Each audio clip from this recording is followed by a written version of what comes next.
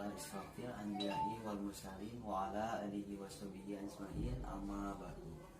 Langkung pipayun hayu urang panjatkeun puji sinareun syukur ka Allah Subhanahu wa taala.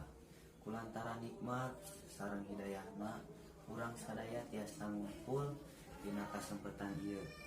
Dina kasempetan ieu simkuring bade ngadugikeun biantara singkat ngeunaan penyalahgunaan narkotika di kalangan remaja.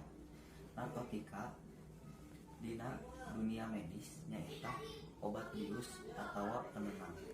Pasien anu rek dioperasi narkotika teh mangrupa zat adiktif anu ngabahayakeun jeung bisa nyieun kecanduan serta karusakan otak jeung saraf motorik.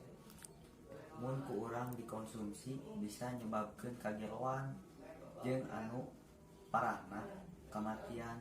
Tapi lain hal na barudak ngora zaman kiwari mah ngagunakeun narkotika keur ngagaya hungkul.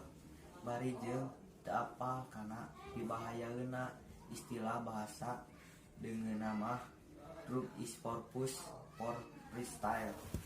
Anu ngagunakeun jeung ngedarkeun narkotika lamun kapanggih ku polisi mah bisa dipenjara teu tulus tes kesehatan piasing ku masyarakat teu meunang pagawean jeung sajabaya apal kana barang haram anu ngaranna narkotika jeung zat adiktif lain anu matak ngaruksak kahirupan urang ayeuna jeung anu bakal datang.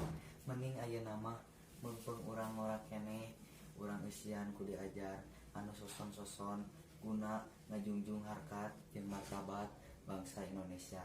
Sakali deui say no to drag but it's so sad for you life. Mugi-mugi mangpaat ke kahirupan urang sadayana. Sakitu anu tiasa didugikeun ku simkuring hapunten bila aya kalepatan sareng cariosan nu teu marenah kanu manah. Hatur nuhun kanu sadayana perhatosanana. Akhirul kalam wabillahi taufik wal hidayah.